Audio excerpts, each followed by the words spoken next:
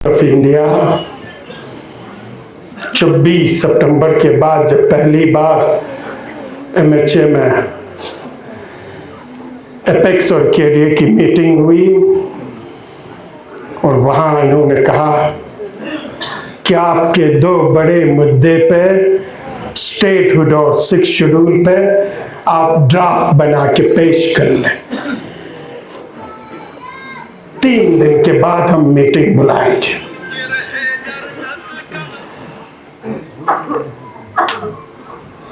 सत्रह अक्टूबर को draft sign करके को चेयरमैन एपेक्स और को चेयरमैन केडीए ने भेज दी। तब से लेकर आज तक एमएचए सोई हुई है। एमएचए लद्दाख की कौम को आजमा रही है, लद्दाख के कौम का सब्र देखना चाहती है और अपने हर हथकंडे इस्तेमाल कर रही है। इसलिए मेरी आपसे गुजारिश है कि इनके हथकंडों में ना आए, इनके साजिशों का शिकार ना हो। वो लेह और करगिल को लड़ाना चाहते हैं, वो बुद्धिस्ट और मुस्लिम को लड़ाना चाहते हैं, वो हमारे एक इलाके को दूसरे इलाके के साथ खड़ा करके लड़ाना चाहते हैं, वो मुसलमानों के बीच तफर्रुका दे के लड़ाना चाहते हैं। वो नापन फीफा का नाम देके लड़ाना चाहते हैं, वो एपेक्स को कमजोर कराना चाहते हैं, केडीए को कमजोर कराना चाहते हैं। हर हथियार और हरबा इस्तेमाल कर रहे हैं, जो भी उनसे बन पड़ा वो सब कुछ कर रहा है और सोचते हैं हमें कुछ पता भी नहीं चल रहा। हम इसलिए खामोश हैं क्योंकि यही एमएचए है। जब केडीए और एपेक्स की तरफ से कोई कॉल दी जाती है एजिटेशन के लिए, प्रोटेस्ट के लिए, बंद के लिए, धरना देने के लिए, अनशन के लिए, तो यही आके मिन्नतें कर लेती है आप ऐसा कुछ ना करें, आप पब्लिक के बीच में न जाए, आप पब्लिक को सड़क पे न ले आए। हर बातचीत के लिए हम तैयार हैं, आप सिर्फ बातचीत के लिए आइए, हम दावत दे रहे हैं आपको। जब हम बातचीत के लिए आते हैं, अपना प्रपोजल रिटन शक्ल में, तहरीरी शक्ल में दे देते हैं, तो उसी को लेके बैठ जाते हैं जैसे इन्हें कोई सांप ही नहीं सुनता, जैसे कुछ हुआ ही नहीं। उसके जगह पे वो हर कंधे इस्तेमाल कर रहे हैं डिफरेंट इश्यूज को लेके, हर तरह से। एक और इशू अभी रिसेंटली पैदा किया गया, मेरे करगिल के आवाम से भी गुजारिश है, जो भी ऐसी इशू उठती है हर इश्यूज को शक की नजर से देखा करे। ये आपको तोड़ने के लिए, आपके इस इत्तेहाद और इत्तिफाक को तोड़ने के लिए है। ये आपके लद्दाख की इस इज्तिमाई जिद्दोजहद को कमजोर करने के लिए है। आपस में लड़ा के अपना उल्लू सीधा करने के लिए है, अपनी मतलब के मुस्तकबिल से खिलवाड़ करने के लिए है। लोगों के अंदर इस तरह के मायूसी पैदा की जा रही है, बस अब तो कुछ भी नहीं होने वाला है। 4 जवान शहीद हो गए, 90 से ज्यादा जख्मी हुए, 70 से ज्यादा को जेल में डाल दी गई। अभी भी 3 लीडर हमारे जेल में, और सोचते हैं इनके धौंस, दबाव, धमकी से, इनके लाठी, डंडे और गोली से ये लद्दाखी कौम झुक जाएगी, दब जाएगी, खामोश बैठी रहेगी। ये इनकी गलतफहमी है। हम कभी खामोश होने वाले नहीं हैं, हम कभी दबने वाले नहीं हैं। हम अपने जेन्युइन, जस्टिफाइड और कॉन्स्टिट्यूशनल मांगों से हाथ उठाने वाले नहीं हैं। क्या आप है? क्या आप हर कुर्बानी देने के लिए तैयार है?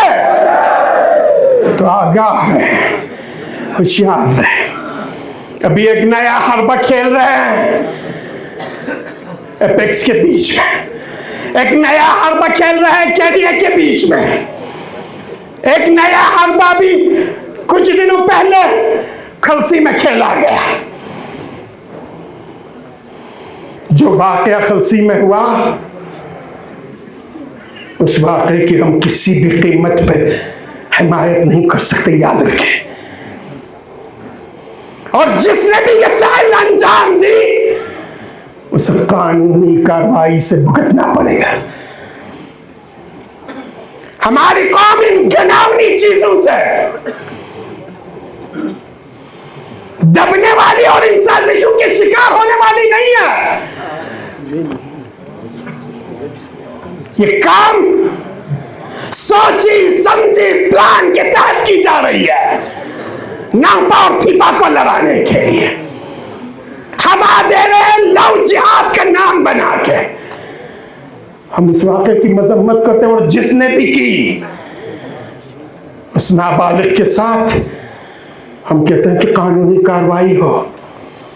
साथ ही हम सबों से ये कहना चाहते हैं, एक इंडिविजुअल एक्ट को कभी भी कम्युनिटी का एक्ट न समझ ले। करगिल के कोई भी मुस्लिम इस तरह के एक्ट को, इस तरह की हरकत को काबिल कबूल नहीं समझता है, और हम नहीं समझते हैं, और इसकी हम मजम्मत करते हैं। मेरी जवानों से भी गुजारिश है, आप इस तरह के बहकावे में ना आए, इस तरह के साजिशों के शिकार ना हो।